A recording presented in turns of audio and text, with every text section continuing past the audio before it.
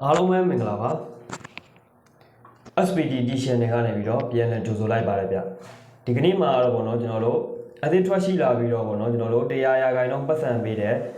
news ကိုဝေထုတ်ဖို့ဆိုလို့ရှိရင်ကျွန်တော်တို့ရဲ့ PayPal account နဲ့ထုတ်လို့ရမှာဖြစ်ပြီးတော့ဗောနော်ဒီကောင်လေးမှာဆိုလို့ရှိရင်ကျွန်တော်တို့ဝေထုတ်တဲ့နေရာ2နေရာအထိပေါဝင်တဲ့ APP လေးပဲဖြစ်တယ်ဗောနော်ကျွန်တော်တို့ဒီ new go gain လေးကနေပြီးတော့ဗောနော်ပတ်စံရှာပုံရှာနီးပတ်စံထုတ်ဖို့တုံးလေးကိုကျွန်တော်နဲ့အတူဗီဒီယိုလေးကို like and share လေးလုပ်ပြီးတော့ဗောနော်ကျွန်တော်နဲ့အတူဗီဒီယိုလေးကိုအဆုံးထိ like ပါကြည့်ရှုလိုက်ကြရအောင်ဗောနော်ပထမအဆုံးအနေနဲ့ကျွန်တော်တို့ဒီကောင်လေးကို download ဆွဲဖို့အတွက်ဆိုလို့ရှိရင်တော့ဗောနော်ကျွန်တော်တို့ US server ပါတယ်ဗောနော် VPN လေးနဲ့ကျွန်တော်တို့ shape ပေးဖို့လိုတယ်ဗောနော်ကျွန်တော်တို့ VPN လေး shape ဖို့ဆိုလို့ရှိရင်ကျွန်တော်တို့ဖုန်းထဲမှာရှိတဲ့ VPN software လေးတွေဗောနော်ဘယ် VPN software လေးတွေဖြစ်ဖြစ်ကျွန်တော်တို့တစ်ချက်ဝင်လိုက်မယ်ဗောနော် Okay ကျွန်တော်ကတော့ဒီနေရာမှာကြံကြံ VPN ကိုသုံးထားတယ်ဗောနော်ကျွန်တော်တို့ VPN ချိန်မှာဖြစ်တဲ့ကြောင့်မလို့ကျွန်တော်တို့ကြမ်းကြမ်းနေအောင်တစ်ချက်ဝင်လိုက်မယ်ပေါ့နော်ဒါဆိုလို့ရှိရင်ကျွန်တော်ဒီဘေနာလေးကပုံအများပုံစံလေးကိုတစ်ချက်နှိပ်လိုက်မယ်ပေါ့နော်။ Okay ဒါဆိုလို့ရှိရင်ကျွန်တော်ဒီညမှာ United States ဆိုတာပေါ်လာမယ်။ဒါကြောင့်မလို့ကျွန်တော်ဒီထက်ကနေပြီးတော့ကြိုက်တဲ့ server ကိုကျွန်တော် share လို့ရရပါတော့။ Okay ဒါဆိုလို့ရှိရင်သူ share ပေးနေပြီပေါ့နော်။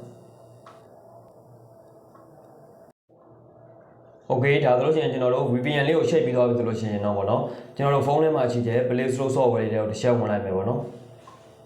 Okay ပြီးလို့ရှိရင်ကျွန်တော်တို့ဒီအပေါ်အစာကြောင်းလေး news go ဆိုတာလေးကိုကျွန်တော်တို့တစ်ချက်နှိပ်ပြီးတော့ဗောနော်ကျွန်တော်တို့ download ဆွဲပေးလိုက်မယ်ကျွန်တော်ကတော့ဒီနေရာမှာ download ဆွဲပြီးသွားပြီဖြစ်တဲ့ကြောင့်မလို့ပြန်ပြီးတော့ download ဆွဲတော့ဗောနော်ကျွန်တော်တို့ဖုန်းလေးကိုဗောနော် download ဆွဲလာတဲ့ software လေးရောက်လာပြီဆိုလို့ရှိရင်တော့ဗောနော်ဒီကောင်လေးတွေကိုကျွန်တော်တို့ပတ်စံချဖို့အတွက်ဒီ software လေးတွေကိုတစ်ချက်နှိပ်လိုက်မယ်ဗောနော်ဒီ browser တို့အနေနဲ့ဒီနေရာမှာကျွန်တော်တို့ login နှစ်ခုထိဝင်လို့ရတယ်ပေါ့နော် Google နဲ့ login ဝင်လို့ရတယ် Facebook နဲ့ login ဝင်လို့ရတယ်ပေါ့နော်ကျွန်တော်ကတော့ဒီနေရာမှာ Google ကိုပဲသုံးလိုက်မယ်ပေါ့နော် browser တို့အနေနဲ့ပေါ့နော်ကျွန်တော်တို့ Google နဲ့ login ဝင်ပြီးသွားပြီဆိုလို့ရှိရင်ကျွန်တော်တို့ဒီအောက်ကဒီမဲ့ level 1ဆိုတဲ့အပြာရောင်စာတန်းလေးကိုကျွန်တော်တို့နှိပ်လိုက်မယ်ပေါ့နော် Okay ဒီနေရာမှာ browser တို့ကိုကျွန်တော် soft motion လေးကိုပေါ့နော်ကျွန်တော်တစ်ချက်ပြပေးမယ်ပေါ့နော်ဒီနေရာမှာကျွန်တော်တို့တွေရဲ့ရောင်တူလေးတွေကိုမူလီလေးတွေကိုပေါ့နော်ကျွန်တော်တို့ရေထပ်ပေးရမှာဖြစ်တယ်ပေါ့နော်အရောင်မှာ gain ရပါတော့ကျွန်တော်တို့လွယ်ကူတယ်ပေါ့နော် Okay ဒါဆိုလို့ရှိရင်ကျွန်တော်တို့တွေအရောင်တူတဲ့မူလီလေးတွေကိုကျွန်တော်တို့ထပ်ပေးလိုက်ရင်ရပြီပေါ့နော် Okay ဒါဆိုလို့ရှိရင် browser တို့အနေနဲ့ပေါ့နော်အနိုင်ရရှိသွားပြီဆိုလို့ရှိရင်ကျွန်တော်တို့ဒီနေရာမှာသူကကျွန်တော်တို့ကိုပေါ့နော်လက်ဆောင်လေးတွေပေးတယ်ပေါ့နော်ဒီနေရာမှာ browser တို့အနေနဲ့သူပေးတဲ့လက်ဆောင်လေးတွေကိုကျွန်တော်တို့တွေနှစ်ဆအဖြစ်လိုချင်တယ်ဆိုလို့ရှိရင်တော့ပေါ့နော်ဒီအပေါ်က double reward ဆိုတဲ့အသိရောင်လေးကိုကျွန်တော်တို့နှိပ်လိုက်မယ်ဆိုလို့ရှိရင်တော့ပေါ့နော် browser တို့အနေနဲ့ကြော်ညာတစ်ပုတ်တက်လာမယ်ပေါ့နော်ဒီကြော်ညာတက်လာဖို့အတွက်ကလည်း browser တို့အနေနဲ့ပေါ့နော်ကျွန်တော်ဗီဒီယိုအစာအုပ်ပိုင်းမှာပြောခဲ့တဲ့လိုမျိုးပဲပေါ့နော် US VPN လေးကို share ပြီးတော့မှဒါလည်းကျွန်တော်တို့တွေ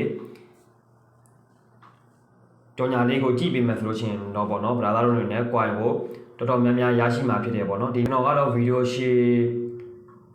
်သွားမှာဆိုတဲ့အတွက်ကြောင့်မလို့ပေါ့နော်ဒီအောက်ကရိုးရိုးလေးပဲပေါ့နော် gas ဆိုတဲ့နေရာလေးကိုပဲတစ်ချက်နှိပ်လိုက်မယ်ပေါ့နော်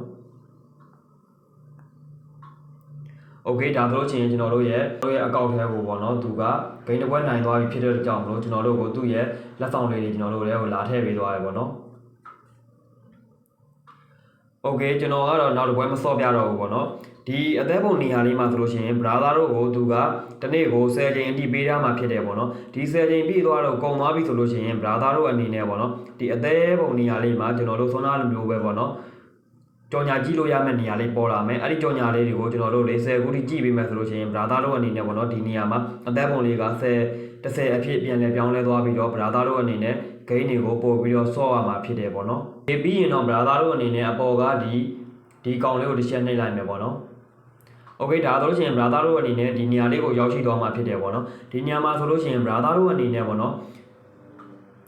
သူက VIP1 VIP2 VIP3 ဆိုပြီးတော့ browser တို့ကိုဒီနေရာမှာပြထားတယ်ပေါ့နော်ကျွန်တော်တို့ VIP1 မှာဆိုလို့ရှိရင် browser တို့အနေနဲ့ပေါ့နော်ဒီနေရာမှာကျွန်တော်တို့တွေ$ပြည့်တာနဲ့ browser တို့အနေနဲ့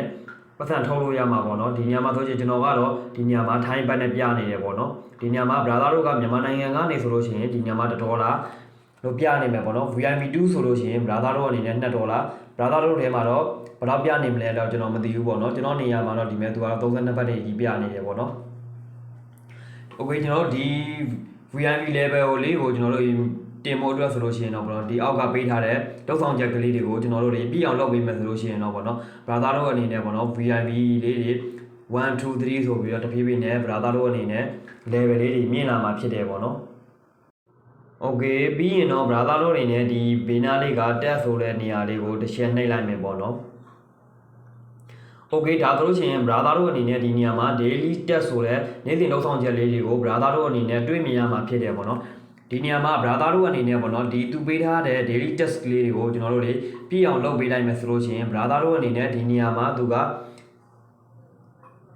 coin လေးတွေပေးမယ်ပေါ့နော်အဲ့ဒီ coin လေးတွေကမှတစ်စင် brother တို့အနေနဲ့သူပေးထားတဲ့ coin 25 coin 50 coin 85 coin 100ပြည့်ပြီဆိုလို့ရှိရင် brother တို့အနေနဲ့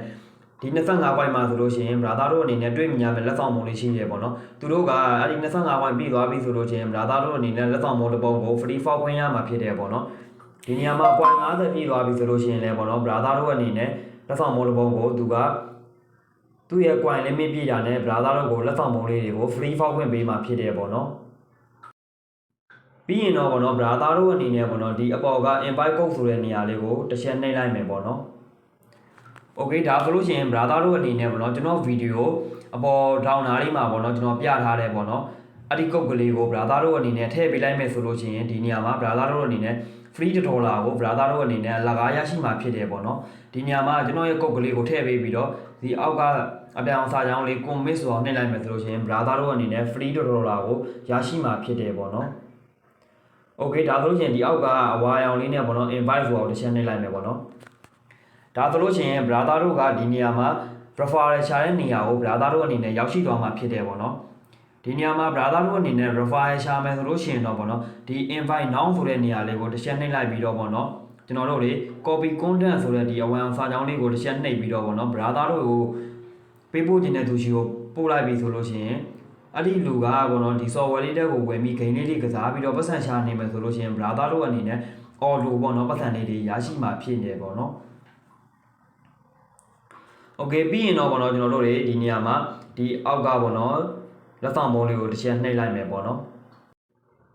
Okay ပေါ့နော် brother တို့အနေနဲ့ brother တို့ဒီ game လေးတွေကိုလောလောကူကူလေးတွေဆော့ပြီးတော့ပေါ့နော်ရရှိလာတဲ့ပေါ့နော် brother တို့ရဲ့လက်ဆောင်လေးတွေကိုပေါ့နော်ဒေါ်လာလေးနဲ့ပြန်ထုတ်မယ်ဆိုလို့ရှိရင်တော့ပေါ့နော်ကျွန်တော်တို့ဒီနေရာမှာ brother တို့အနေနဲ့ပေးပယ်နဲ့ပေါ့နော်နှစ်နေရာအထိထုတ်လို့ရမှာဖြစ်တယ်ပေါ့နော်ကျွန်တော်ပထမဦးဆုံးထုတ်တဲ့နေရာလေးကိုကျွန်တော်တစ်ချက်ပြမယ်ပေါ့နော်ဒီနေရာမှာသလို့ရှိရင်တော့ပေါ့နော် brother တို့ကပေါ့နော် gain လေးတွေဆော့ပြီးတော့ပေါ့နော် gain လေးတွေဆော့ပြီးတော့ပေါ့နော်ရရှိလာတဲ့ coin လေးတွေကိုပေါ့နော်ဒေါ်လာလေးတွေနဲ့ပြန်လဲမယ်ဆိုလို့ရှိရင်တော့ပေါ့နော်ဒီအပေါ်ကဒီကောင်လေးကိုတစ်ချက်နှိပ်လိုက်မယ်ပေါ့နော် Okay ဒါဆိုလို့ရှိရင် brother တို့အနေနဲ့ပေါ့နော်ဒီနေရာမှာ brother တို့အနေနဲ့ပေါ့နော် coin 5000ပြည့်တာနဲ့ brother တို့အနေနဲ့$1အဖြစ်ပေါ့နော်ဒီ coin လေးတွေကနေပြီးတော့ထုတ်လို့ရမှာဖြစ်တယ်ပေါ့နော်နောက်ထပ်ပေါ့နော် brother တို့ရရှိလာတဲ့ဒေါ်လာအစိမ်းရောင်လေးတွေကိုထုတ်မယ်ဆိုလို့ရှိရင်တော့ပေါ့နော်ဒီအပေါ်ကအစိမ်းရောင်စာတန်းလေးကိုတစ်ချက်နှိပ်လိုက်မယ်ပေါ့နော် Okay ဒါဆိုလို့ရှိရင် brother တို့အနေနဲ့ဒီလိုနေရာလေးမှာရောက်ရှိလာမယ်ပေါ့နော်ဒီနေရာမှာတော့ကျွန်တော်ကတော့ထိုင်းနိုင်ငံမှာစာပါဖြစ်နေတဲ့အတွက်ကြောင့်မလို့ဒီနေရာမှာထိုင်းဘတ်နဲ့ပြနေတာပေါ့နော် brother တို့ကမြန်မာနိုင်ငံကနေပြီးတော့အကောက်ဖွင့်ပြီးတော့ကစားမယ်ဆိုလို့ရှိရင်တော့ပေါ့နော် brother တို့ရဲ့အကောက်ထဲမှာပေးပယ်နဲ့$ဆိုပြီးတော့ပြနေမယ်ပေါ့နော်ဒီနေရာမှာ brother တို့အနေနဲ့ကပေါ့နော်ပေးပယ်နဲ့ထုတ်မယ်ဆိုလို့ရှိရင်တော့ပေါ့နော် brother တို့အနေနဲ့ဒီနေရာမှာဒီပထမဆုံးစာမျက်နှာလေးမှာပေါ့နော်